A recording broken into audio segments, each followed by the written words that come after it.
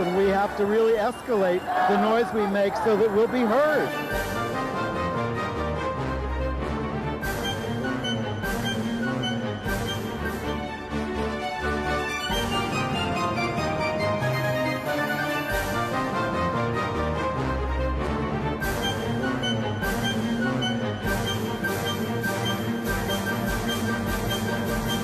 Hello there. Welcome to Gay USA. I'm Ann Northrup, and this is not Kathy Marino Thomas. Not in the slightest, no. I'm Chris Cooper, sitting in for Andy Hum this week. Kathy Marino Thomas will be sitting in for Andy next week. And I got confused and flipped them, so Kathy, we're just teasing the audience for your appearance.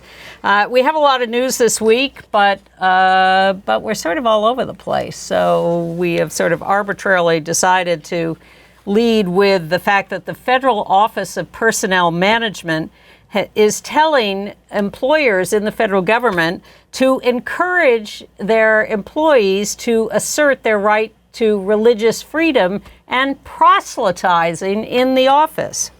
A silver lining to the Texas redistricting attempt, it may end up killing an anti-trans bathroom bill. Temporarily, at least. 16 Democratic state attorneys general are suing to overturn the Trump executive order against trans youth care. Meanwhile, a really unfortunate story here in New York City where a gay man is accused of murdering his husband, both of them very high-profile influencers. Yeah, terrible story. Also a terrible story, the Florida Attorney General turns out to be obsessed with attacking local drag shows. On the other hand, here in New York City, we will be financing the first trans shelter for unhoused people. Yeah, the first major one. There are beds that have been assigned, but this is a big shelter. And I should say the shelter is not trans. The shelter is for trans people. There you go. An out gay member of parliament in the UK has revealed the sexual abuse he has suffered from a boss and perhaps other MPs. Chicago is mourning straight ally Laurie Cannon, who did a tremendous amount during the fight against AIDS. And Chris and I are going to delve in to the Gilded Age on HBO. We're both fans, and some have said it's not good for the gays, but we think it is. We'll get more detailed about that. But before we do that, Anne, how are you feeling? I'm feeling excellent, thank you very much. The weekly and breast cancer update. I went to my dermatologist yesterday, just a regularly scheduled annual checkup, and first his nurse is, getting me in the gown and everything and says, "And so is there anything he should be aware of?" I said, "Well, as a matter of fact, I have breast cancer and I had a double mastectomy." And she sort of looked a little shocked, and then he came in and said, "I'm so sorry to hear what happened." And I said, "Well, actually, I'm fine. It's okay. And I got rid of these things." And I've seen him for some years, and he's a good guy, and so he was fine and gave me a clean bill of health dermatologically. That was one good piece of news. But I've just started on the drug anastrozole, which is supposed to be a preventative drug. It's sort of the next generation of tamoxifen, a little milder, but a preventative. And I take that for 5 years and hopefully reach the point where they say, "Okay, you've been cancer-free for 5 years. You're in remission or out of it or whatever." But it immediately made my forehead break out. There's nothing easy about any of this. It's supposed to put me into menopause. We'll see. Well, and I have said this to you privately, but I will say it for everybody else to hear, which is that your exhortation to get checked caused me to finally get my first colonoscopy in 10 years. Wow. So I was due, and I was like, yeah, putting it off. And I'm like, all right, I got to go because of your exhortations. Thank you. And everything's all clear. Great. And you get great drugs when you have a colonoscopy. Well, I just fall asleep, and then I wake up, and I'm like, oh, okay. But then don't you feel good all day long? I felt hungry. Well, I won't bore you with the my last colonoscopy funny story. It was a guy in the next cubicle, and the nurse says to him, so you haven't had any dinner the night before? And he says, oh, yes, I had chicken and this and blah, blah. And she sort of, well, you didn't have any breakfast this morning. Yes, I had eggs and bacon and toast. He was out of there in 30 seconds. So follow instructions. All right. Well, meanwhile, Yes. in the world, Yes. the Trump administration has put out a memo through the Office of Personnel Management. That's basically the human resources arm of the federal government that says, hey, you know what? Federal employees, it's okay for you to not only talk about your religion in the workplace, but to try to convince your coworkers that, maybe you should switch over to my religion. It's kind of mind-boggling, but this is what they've told people is okay to do. And not only that, you can also sort of proselytize, if you're like a park ranger, to park goers who come to the park. I find it just incredibly shocking that I know they're trying to assert people's religious freedom in all sorts of contexts, including around same-sex marriage. But to actively tell every federal employee that you can be aggressive about pushing your religious agenda in the workplace is just utterly shocking to me. Well, and what's interesting is that it doesn't really change policy that much. It's just the shift in emphasis you just know is going to cause all kinds of problems, even though they say, oh, if it's considered harassment or if someone asks you to stop, then you have to pull back. But they've just blurred the line so completely. What they really need is for the Satanic Temple, those endless provocateurs, to get in there and start doing their thing with little Baphomet statues of that horned guy. And start saying, hey, have you found Satan in the workplace? And that'll put an end to this right quick. It probably will. I once worked in an office where there was a guy who was quite religious and was trying to read the Bible during the day out loud and be a little proselytizing. It was very upsetting to the office. It was really a disturbance, and we didn't care if he was religious, but the fact that he was asserting that kind of behavior was really not a good thing and had to be dealt with. Now he would be the manager. All right, so there's that, and then there's I'm sorry, I was going to do something else. So then there's employment practices in the Defense Department. We know that trans service members have been ordered out of the military, and some of them have sued, and we have had some success in delaying all of that. But there is this ongoing lawsuit by the trans service members. So this week, the Department of Justice had to submit a response to the court to the lawsuit by the trans service members, and they just went to town. There's no such thing as trans, and it's not that we hate trans people, it's just that we're against people with gender dysphoria. And a trans man who's a service member got up and said, why do they keep calling me a woman when all my government ID list me as a man? This is crazy. And the government, again, as with this religious thing, is just being outrageous in the assertions they're making about who should be employed and who shouldn't, and who has what rights, and it's very upsetting and very scary. Outrageous and relentless, because as we have told you previously on the show, the federal government has made it impossible for trans people to get the medications they need in the military. Right. So even if they get ruled in favor of and they get reinstated, they won't be able to get their medical care. So they're really just sort of going all in, the way the Trump administration has been doing on everything, just sort of going full steam, everything they can throw at you, regardless of whether it has a chance of being legal or Well, not. it's really interesting how we talk about them breaking norms, and this really is the crux of it, where every other administration throughout history, more or less, has abided by some unspoken rules of how we coexist. in a situation where we have differing opinions and how we respect each other as human beings, at least, and work for compromises, they have no holds barred. No. They will just do anything to get what they want, and they're shameless and they are relentless, and it's just upsetting every norm, every value we thought we understood.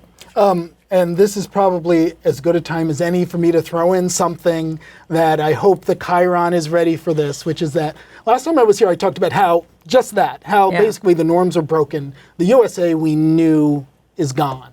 So what do we imagine can come out of this once this is over? And not just trying to assemble what used to be back together, but what can we imagine that might be better? Something new directions. I don't care how crazy the idea is, and it's up to us to think of these things and start working towards them now. So I'm putting the challenge out there to you, Gay USA viewers. Think about where you think the USA should go. No idea is too crazy after this is all over, and email it to me at christiancooperhr84@gmail.com, and I want to hear your ideas, because we have to start thinking about these things and we have to start planning for them, because that's what the right wing did. They worked for years. Project 2025. The Heritage Foundation. 10 years to write that. Exactly, and they now they're winning, and now they've got it. So we've got to do the same. And we also have to figure out how we prevent another Project 2025 from coming along and upsetting whatever lovely apple cart we construct. Sure, but we don't want to just play defense. We want to imagine bigger, and better. We don't want to be as naive as we were before now. Yes, and have them take it away. Of course, I'm one of those who thought the World Trade Center, after it was blown up, should be replaced by a pasture with cows. That was one of the suggestions in a New York Times Magazine piece, and I thought, yes, that's the way to go. So don't count on me for creative ideas. All right, and talking about creative ideas, redistricting in Texas. We've been hearing a lot about that, and it looks like I don't see how we get away with not having the Republicans in Texas succeed in their redistricting. Yeah, I mean, they've managed to delay it, but it's not just Texas, too. Now they're talking about it possibly in Missouri, possibly in Ohio. Florida. Yeah, it's an all-out assault. And meanwhile, the Democrats are, dithering and saying, oh, our hands are tied, there's nothing we can do. The rules are against it in New York, we can't really, but Gavin Newsom seems to be gung-ho in California. But there is a silver lining to this, because temporarily, at least, Texas, as they have for the last couple of years, has a whole slate of anti-LGBTQ bills on the table for passage.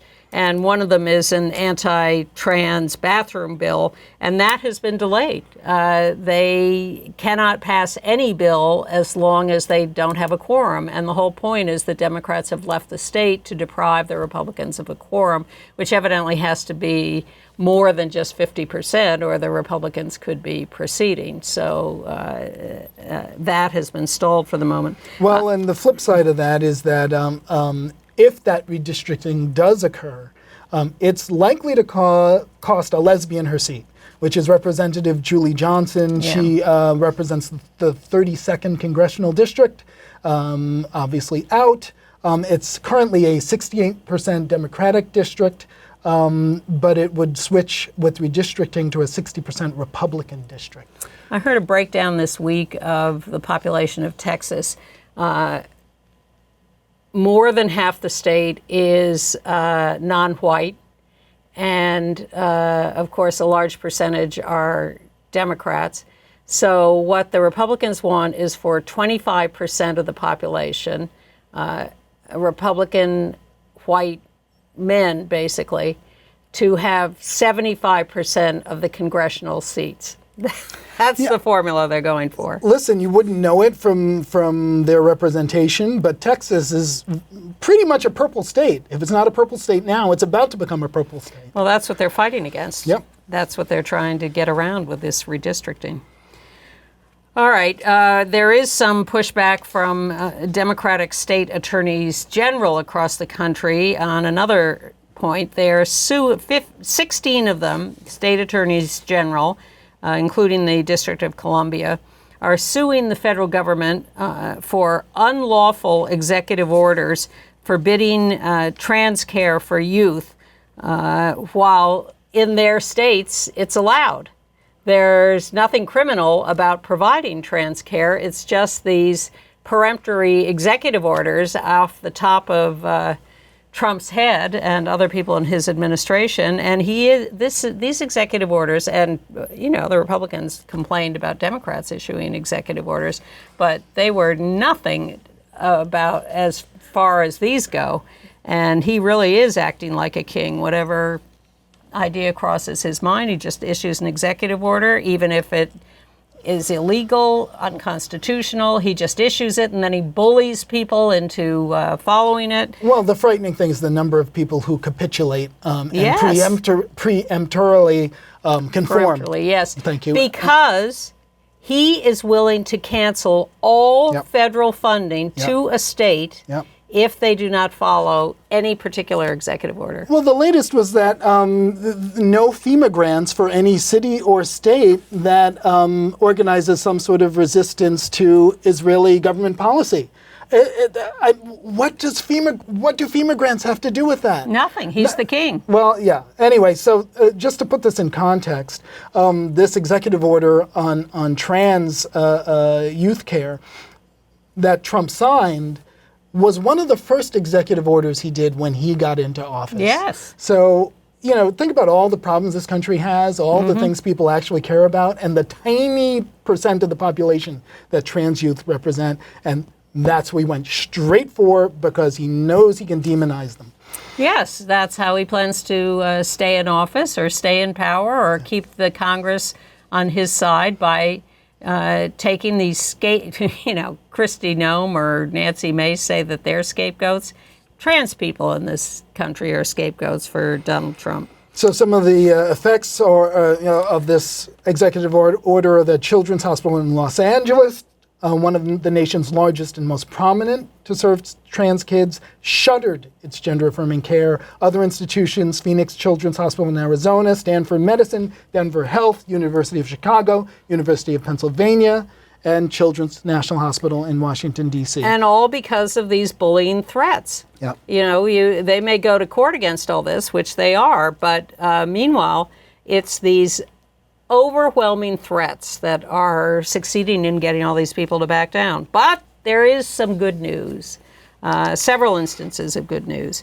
First of all, a district court in Maryland says that the National Institutes of Health cannot end research grants about the health of sexual and gender minorities, including research about HIV, all of which the government was ready to cancel. Yep. And the court says, absolutely not, you cannot do that. Congress would have to do that. You can't do it. So Robert Kennedy Jr., the Health and Human Services Secretary, God help us, has canceled or substantially reduced 669 grants, of which at least almost half address the health of sexual and gender minority groups. Well, if they're in this pool of NIH grants that the court dealt with, he's not going to be able to do that. The Senate Appropriations Committee has rejected cuts to HIV prevention, adding $400 million to the NIH budget to restore that funding for HIV prevention. And the American College of Obstetrics and Gynecologists, 60,000 members strong, will refuse any further federal funds so that they can keep their DEI values, their diversity, Equity and inclusion. thank you, post-surgery cognitive dysfunction.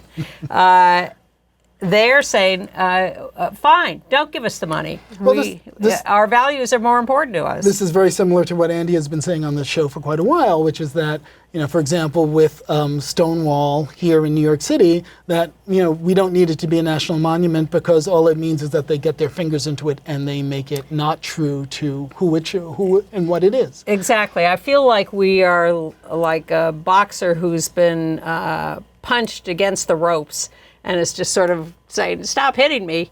And we need to get ourselves together and make some proactive decisions about what our values are, what we actually need, from whom, how we're going to navigate this new situation that has just been thrown at us like the tsunami that didn't happen. And reorganize ourselves. Well, you were talking about how the administration uses the threat of overwhelming force to get compliance to what it wants, and that is certainly what it did with Brown University. And it's been doing it with all the different colleges, one by one, picking them off. But with Brown, one of the terms of the agreement is that Brown will ban transgender women from participating in women's sports and from accessing spaces like bathrooms and locker rooms. This is part of the settlement that restored over $500 million in federal contracts and research grants that the administration had paused in April. So you might ask yourself, well, what do these grants have to do with, trans issues? Nothing.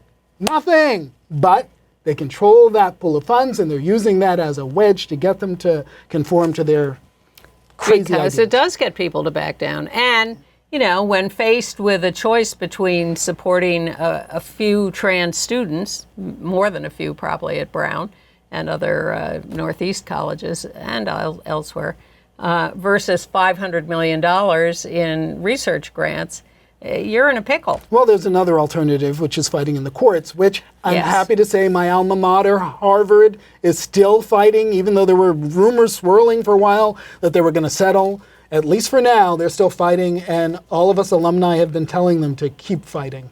Well, Press Secretary Carolyn Leavitt in the White House says that Trump is forcing universities to end chemical castration and gender extremism. She's awfully young to be throwing around language like that. Carolyn, I think you'll change your mind in about 10 years. Well, one of the few places where Trump has not been able to have his way without some pushback is in the federal courts. Now, unfortunately, they're slow, so that means a lot of things that he does by executive order happen anyway, and then the courts say, oh, well, maybe we'll pause this, or maybe you'll have to go back, but they still happen. But because of that, one of his goals is to stack the judiciary with his appointees. Yep. And so there are a number of appointees, potential judicial appointees, who want to recriminalize gay sex. They are on the record for that. One of them, for example, a guy named Eric Tung, who is now up for confirmation, clerked for Scalia, there's a shock, says when asked whether there's a constitutional right to abortion, same-sex marriage, or sodomy, his answer was, at a Federalist Society meeting, simple, no. So now they've taken over the Supreme Court, but that's not enough for them. They don't want everything to have to work its way through to there. They want to stop it before it gets there. So now they're working their way down through the court system to cede the entire judiciary. Well, they have succeeded in destroying the Corporation for Public Broadcasting, which has announced it will shut down, which is going to impact local stations, which are going to lose a lot of funding, particularly rural stations, which have more trouble fundraising. WGBH in Boston might be able to raise money from its viewers to make up for some of that, or WNET in New York.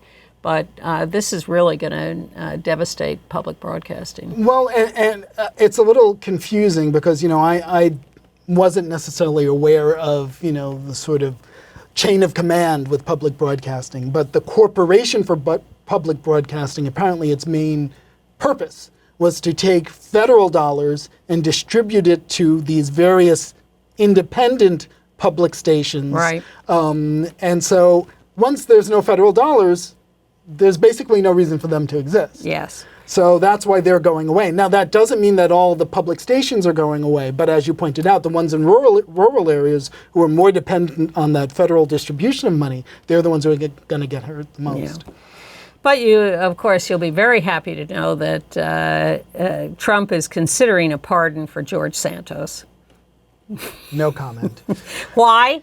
Because he's 100% pro-Trump. And you know who's proposing? See, I wasn't going to talk about this, but do you know who's pushing for this pardon? Yes, but you tell them. Marjorie Taylor Greene, proving only that attention whores love other attention whores. And you know who Trump is blaming for Santos being in jail in the first place? Oh no, I don't know this. Democrats, because they didn't check him out first. I'm sorry, at some point you just got to laugh about all of this. You just got to exactly. laugh. I'll never get over him claiming that he was a star of the Baruch College volleyball team. I mean, he didn't attend Baruch College. We're not going to talk about him anymore. He's in jail for 7 years. Okay. Hopefully. All right. Meanwhile, in New Hampshire, are we ready for New Hampshire? Yes, we're sad, but we're ready. Because just the last time I was here, 2 weeks ago, we were praising Governor Kelly Ayotte out in New Hampshire for putting the kibosh, vetoing some anti-gay bills, including a book banning bill, and she killed him. Well, she's not feeling that way about trans issues. The worm has turned. Yeah. She has signed a ban on gender-affirming care for trans youth. Puberty blockers, hormones, surgery. Now, only the most minuscule number of trans youth get surgery, but puberty blockers and hormones are much more common. And she's saying, absolutely not. They're out. She signed the bill canceling them. Now, you've talked about those who are on them now may continue. You've talked about this previously on the show, but in many ways, this is unfortunately a parallel line of attack to one we have used ourselves, which is when we have fought in the States to have reparative therapy criminalized or banned because it hurts kids. Right. Well, that's their argument. That's their argument now. Well, similarly in Florida, the Attorney General of Florida, who I've now decided has truly lost his mind or his gonads, is demanding that a restaurant that holds an annual celebration, pride celebration that includes at some point a drag show, it's open to all ages, but when the drag show starts, the kids are asked to leave so that it doesn't violate the state law of no one under 18, I think, attending. But that's not good enough for the Attorney General. And so he is demanding from this restaurant guest lists, surveillance footage, and personal info of the guests. You go to a restaurant for a show, and now the Florida Attorney General has all your personal information. It's just bureaucratic harassment, plain and simple. This same Attorney General is going to the 11th U.S. Circuit Court of Appeals to ask them to allow enforcement of this ban on drag shows statewide, with one exception, that being the Hamburger Marys that sued them and won. Right. And so he's pushing to have the injunctions that have stopped them from applying this in the rest of the state lifted. It doesn't stop there. This same Attorney General in Florida has tried to scuttle an agreement with a Florida teacher who used the name that she had been using before the new laws for a student. It happened to be the name the student preferred. But then out comes the new law that, you can only refer to a student by their legal name unless you have express permission from the parent. Well, she'd already been using the regular name. It was the kid's nickname. It was the kid's nickname. So anyway, she got in trouble for it. They came to a settlement that let her keep her teaching license, thank goodness. But at the last minute, that Attorney General tried to swoop in and scuttle the deal. Fortunately, the Florida Department of Education in this case said, no, we're going through with the deal we already had. But it's ridiculous that she was crucified in the first place for this. Her contract was not renewed. Exactly. And then the Department of Ed Independent Review Board, which is parents and teachers and not Department of Ed officials, actually, ruled for her, and they have offered her a new contract. She's not sure she'll accept it, because she doesn't want to be in an atmosphere like that, and who can blame her? Exactly. Yeah. Hopping out to the West Coast now, in San Francisco, there's an interesting fight brewing, because San Francisco was one of the first areas to have a landmark law where domestic partners were able to get benefits in addition to married people.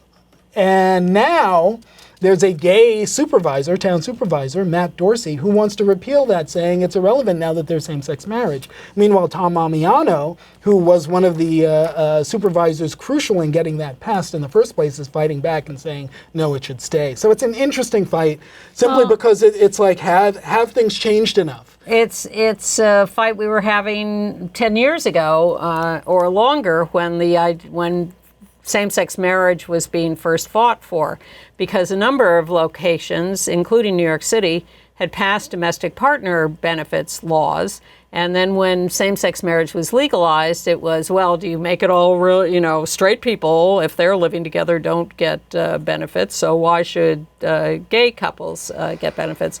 And this has been fought over for quite a few years, but we haven't heard about it lately, but it seems to be rearing its head in San Francisco again. The argument for keeping them is that not everyone wants to get married, not everyone can get married, and why shouldn't all couples of whatever legal status have benefits? And then you get to those of us who say, why shouldn't everybody have benefits? Why should it be dependent on having a partner? Because if you don't, then are you going to be penalized? I have a solution. Medicare for all. Absolutely. Which I was happy to see. You probably saw the town hall with the Republican Congressman Mike Flood in Nebraska this week. I didn't see it, but I heard about it. Oh, it's great. So everybody's yelling at him, and one young guy starts yelling, Medicare for all, Medicare for all. And he said, the congressman says, we can't afford that. You can afford a $200 million ballroom at the White House? Yeah, I mean, you can give billions of dollars in tax breaks to the people. already wealthy. But yeah. Anyway. Exactly. Anyway. All right. So then, I guess we're ready to move on to the horrible violence stories. Yeah. Well, it's a really awful story here in New York City. A gay couple, both models, personal trainers, influencers, Donald and Jacob Ziebenhood. So Donald, who was the older of the two, right? 40-ish? Yes, and Jacob Ziebenhood is the victim in this case. He was 34. So, and here you see the picture. On the right is Donald, and who is the alleged murderer, and on the left is Jacob, the victim. So Donald, it turns out, has a long history of violence, and particularly domestic violence, and has been cited for that several times. As in fact, Jacob had an order of protection. He did. And then one night, Jacob calls the police and says, Donald is here, he's violating his order of protection, he's stabbing me, he's threatening me, I'm bleeding out from one of my stab wounds, and he died. And Jacob called his father to say this. Yeah, I was going to say, because then Donald called the police hours later to say, oh, look what I just found. And now he's been arrested on the charge of violating the order of protection. And burglary. But they haven't, the charges are likely to increase substantially. Yeah. So a very unfortunate situation. Donald had been arrested twice before for domestic violence. And seemed to be really out of control, and has been a known entity as a violent, out of control guy. And Jacob got the order of protection, but that was not enough to stop Donald from attacking him and killing him. It just shows you. Allegedly. Yeah, it just shows. Don't believe everything you see as picture perfect on Instagram. Oh, hell no. Yeah. And then in Austin, Texas, a trans woman and her friends were being harassed and assaulted at a public swimming hole by 3 men. And an ally stepped in to try to help, and he was brutalized by the attackers. Yeah, and he didn't know the people at all. No, he did not know the trans woman at all. He was just a bystander. Just a bystander, but he ended up taking the brunt of the assault, and now the trans woman is saying he deserves every penny to help pay for his surgery and his time off to care for himself and his kid, because he stood up. He did, and we don't want to tell you this story as watch out, you can get brutalized, but really stepping in some way, you call the cops, do something. As I always say, record. We are all carrying these powerful little devices in our pockets that can provide important evidence. So you see something going down, you pull it out and you record. Also in Austin, a vandal struck a church, the Life in the City United Methodist Church, LGBTQ friendly, so a vandal tore down their pride flag and scrawled graffiti saying pride was the first sin onto the church. So what did the church do? And the community do? They came together and they painted over it creatively to create 2 Progress pride flags hanging down the side and create a cover over the graffiti and restore a very pro-gay look that can't be torn down. So. And I neglected to send the picture of this, but in Topeka, Kansas, there's the trans house next to the Pride House across the street from Westboro Community Church.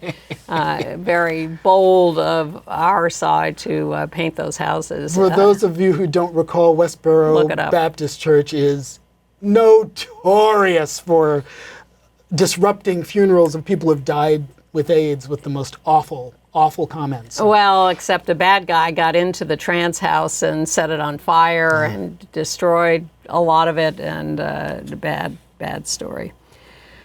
All right, in LA, a district court has ruled in favor of a trans woman, Coretta Simo Love Monk, saying that her case against LA County and the Sheriff's Department can proceed. She was held, a trans woman, incarcerated in a men's jail. I don't know what her charges were. She was forced to shower with men. She was traumatized by harassment, threats, to the extent that she was found in the midst of a suicide attempt at one point.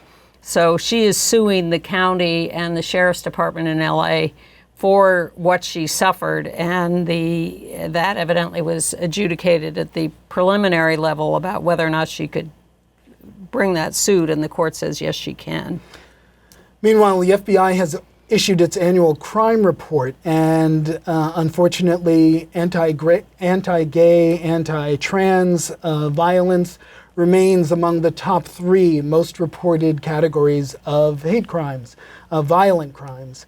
This is data based on 2024 data, the most recently available, and victims based on sexual orientation made up 17.2% of all hate crimes, and 4% were based on gender identity. So race and religion are still the top categories for attacks, but crime overall, violent crime, is decreasing. But for anti-LGBTQ crimes, that number is staying steady, not decreasing as it is in other categories. And it's not surprising considering the climate, both nationally and on a state level. So our unpreferred mayoral candidate in New York City, Andrew Cuomo, is trying to pander to the public by saying he is going to increase the police force in New York, specifically the Strategic Response Group with 400 new members. Now, the Strategic Response Group in New York is a specific unit within the police department which is notorious for its violence in attacking demonstrators or protesters or people who aren't even protesting. As someone who's been involved in the creation and running of the now annual Reclaim Pride March, I have stood just feet away from the Strategic Response Group aggressively attacking peaceful marchers, coming in with batons and hitting people, pepper spray, pushing over people on bikes. And there is tons of footage of them doing this to all sorts of peaceful marchers and demonstrators all over the city, specifically in the Black Lives Matter demonstrations around George Floyd's murder by police. the strategic response group is really a vigilante group within the police department. And to have Cuomo specifically promise to increase their ranks is just stomach turning. It's so repulsive. The context for this is that all the candidates were making the rounds on, what is it called? The night out, something like that. But it's where everyone basically tries to reach out to the community and the cops in the community to say we all get along, blah, blah, blah. So of course, all the candidates are making the rounds at this. And because there was a recent very high-profile shooting in the office tower in Midtown.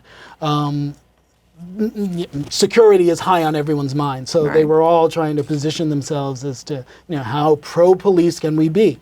So I think it's interesting that Zohran Mamdani, the leading Democratic candidate, the official Democratic candidate after the primary, said this week that he talked to a police group. He's been accused of being anti-police and wanting to defund the police. And he was saying some stuff like that a few years ago, but has walked that back somewhat.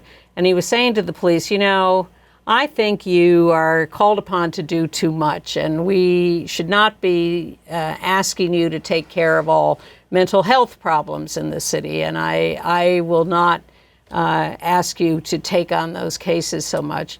And I think people read that as, oh, isn't that being nice to understand that that's not the police's job?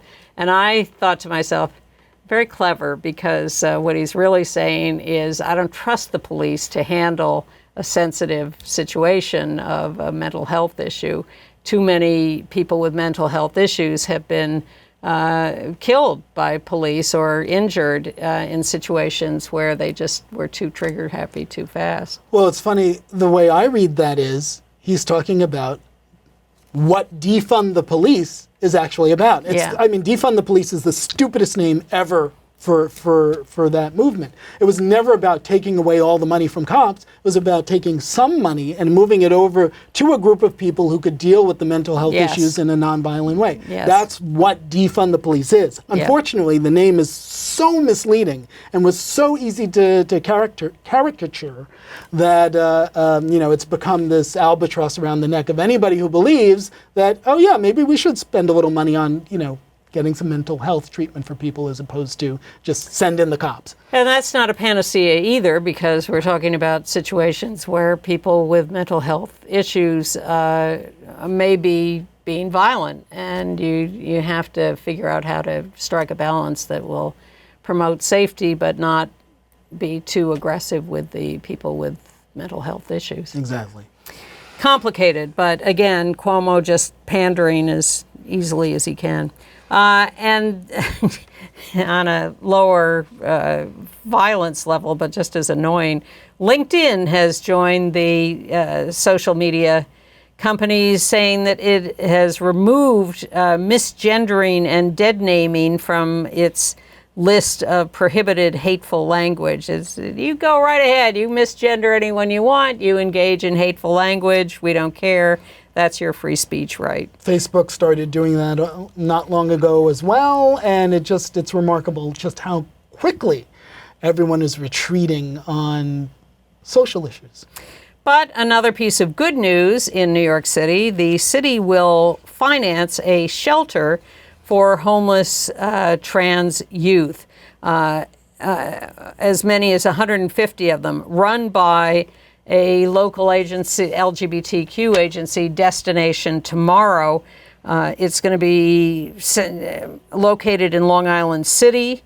The city has a few, like 30 beds for trans homeless youth in shelters around the city, and people will be given a choice of one of those beds or the dedicated shelter.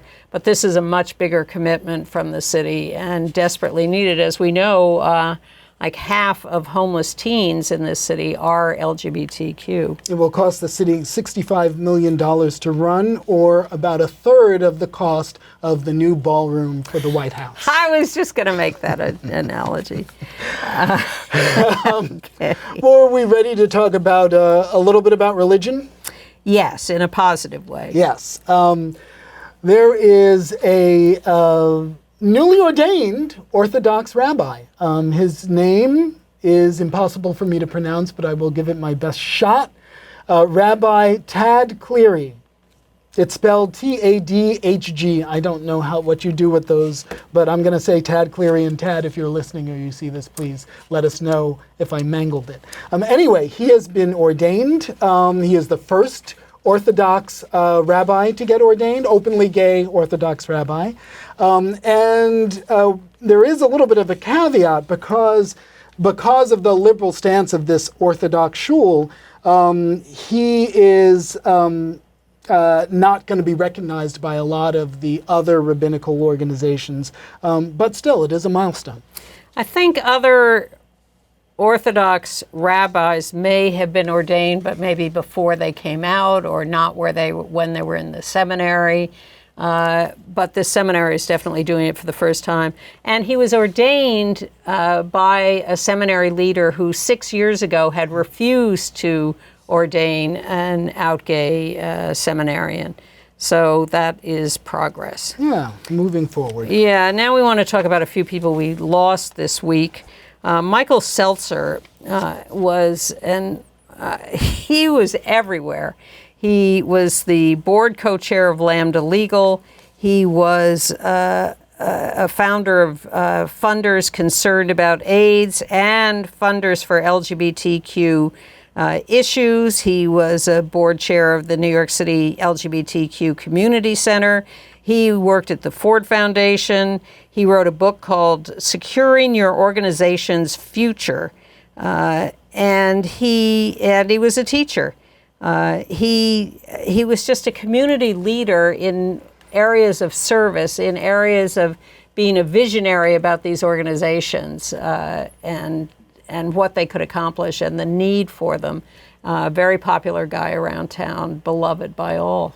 And Kevin Jennings, who is the current CEO of Lambda Legal, also a teacher, made a point of noting that he steered Lambda Legal as its co-chair through the emerging AIDS crisis. So that was no small feat.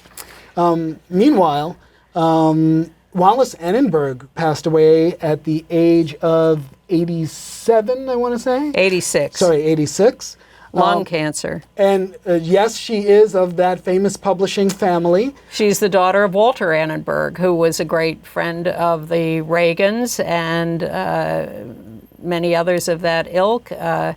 She was a philanthropist in her own right and head of the Annenberg Foundation after her father's death. And she was also a lesbian, outed during her acrimonious divorce. She, was obviously public after that, but she wasn't necessarily, out loud and proud. But she was a lesbian, openly lesbian. She was the head of her father's publishing empire, which included a lot of publications, including TV Guide and a lot of others. She gave $1 million, had the foundation give $1 million to LGBTQ elder housing. She got Liz Taylor and Betty Ford to co-chair an AIDS fundraiser early on in the early 80s. Which was really important because it shifted the perception. It allowed people to say, oh, we can talk about this, we can do something about this. It's no longer taboo to even look at it. And she wasn't really widely known as a lesbian until after her death just now, when Karen Oakham wrote an extensive, was so angry that the mainstream media had not identified her as a lesbian that she wrote this long obituary that was quite detailed. But when she died, Wallace died, her family was, because she had been married, she had kids, they were in a big fight with her lover over the estate and how things were divided. It was kind of messy. Meanwhile, in Chicago, Laurie Cannon, who was apparently really, really important in the community throughout the AIDS crisis and beyond, is dead at the age of 74. She, in the 1980s, when so much, as we were just discussing, of the society turned its back on AIDS, she was active, she was reaching out, she was there in the community, bringing help to people. As a straight ally. She co-founded ACT UP Chicago with Danny Sotomayor and Paul Adams. In 1985, she co-founded Open Hand Chicago, which was a Meals on Wheels program for low-income people with HIV and AIDS. She was on the steering committee for displays of the Names Project quilt. She was inducted into the Chicago LGBT Hall of Fame in 1994 as a friend of the community. She was known as there she is at a demonstration against Mayor Daley, holding a sign saying, "Daley, tell the truth about AIDS."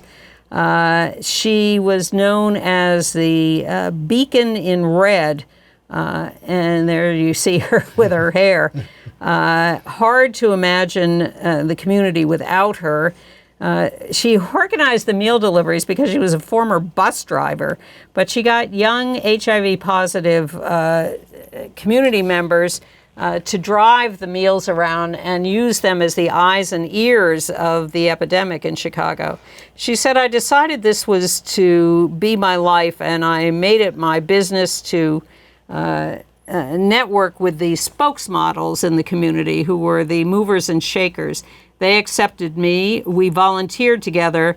No, I'm not gay, but I have such an abiding respect and admiration for the community for what they've had to overcome." And her passing earned comment from Governor J.B. Pritzker of Illinois, who said in a statement that she led the way with chutzpah and humor. And red hair.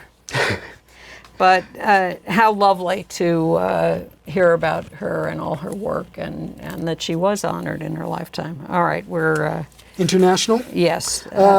There's a member of parliament, a guy named, a Labour MP named Sir Chris Bryant over in the UK, who has said that he was sexually abused as a teenager by the then head of the National Youth Theatre, Michael Croft. Now, Michael Croft has long since passed, and he has been found out for abusing a number of youths in his tenure as the National Youth Theatre boss. So there is credibility to this claim, but he has finally come clean about this. Yeah, Bryant has a book coming out. He also claimed to have been abused by 5 other male members of Parliament, but he hasn't revealed any names or turned anyone in.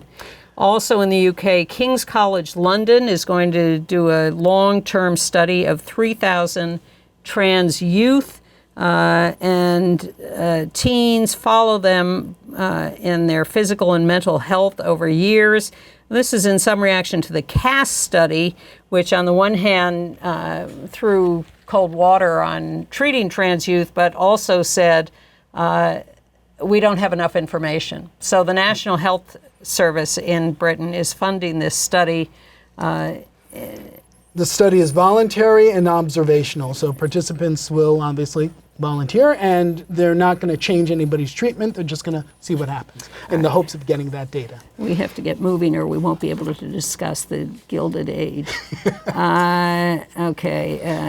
There we have a new ambassador to the Vatican who hates us. Yes, Brian Birch was confirmed, and he's the former head of Catholic Vote, and he accused Vice President Kamala Harris of child gender mutilation surgeries and medical experiments on kids because of her support for trans Well, it'll be youth. interesting to see how Pope Leo and he get along. Yeah. In Wales, in the UK, the first female Anglican archbishop has taken office, Cherry Van.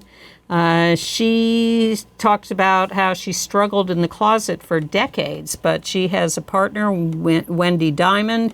They've been together for 30 years. Congratulations to them. Meanwhile, in Hungary, the very liberal mayor of Budapest got hauled in because of that enormous pride march, the biggest such thing ever seen in Hungary.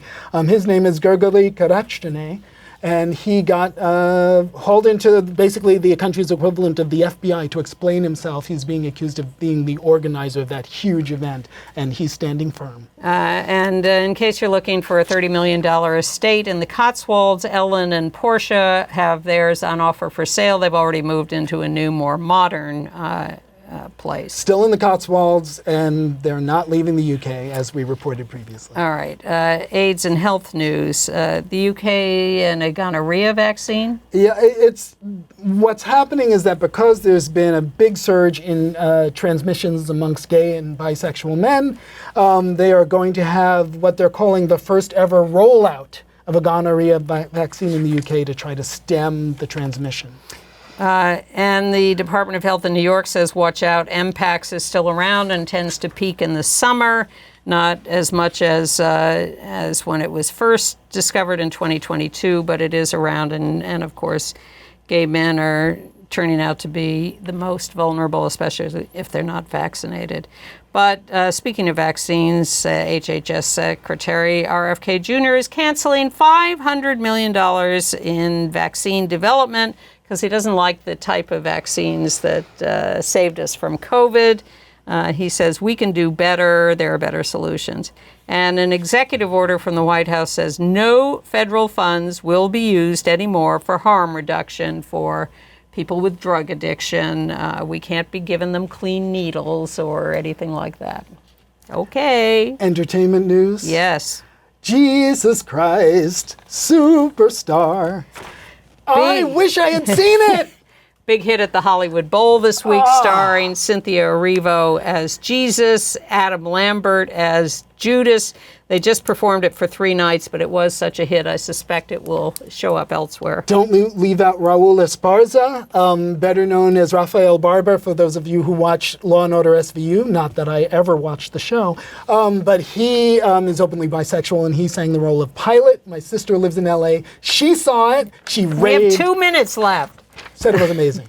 Laverne Cox led an all-trans team on Celebrity Family Feud to raise money for the T.S. Madison Starter House for Black trans women sex workers. It was the July 31st episode. You can probably catch it on Hulu. Steve Harvey, as host, was a little nonplussed. So the Gilded Age. Not that I ever watched the show. I've watched every episode, and so have you. But yes, so spoiler alert, turn down your volume if you don't want to hear. Not in the most recent episode, but the one preceding. They killed off the gay lover of Oscar Van Ryn. Well, they started to kill him off in that one, and then they finished the job this week. Well, it was pretty final at the end of that episode, but anyway, they announced the death. But there's a debate. Is this too much stereotypically killing off gay people, or is it good for the gays? I say good for the gays. I say good for the gays as well. We are part of the narrative, and part of narratives, the big plot twist is death.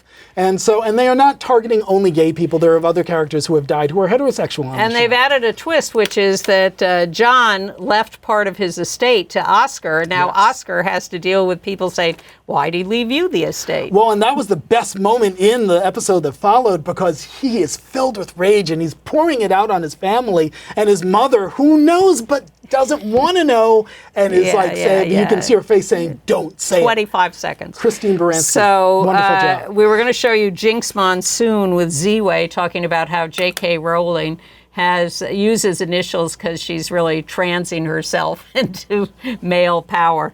But we'll put that in the show note. And New York City Black Pride all next week. Go to newyorkcityblackpride.org for details.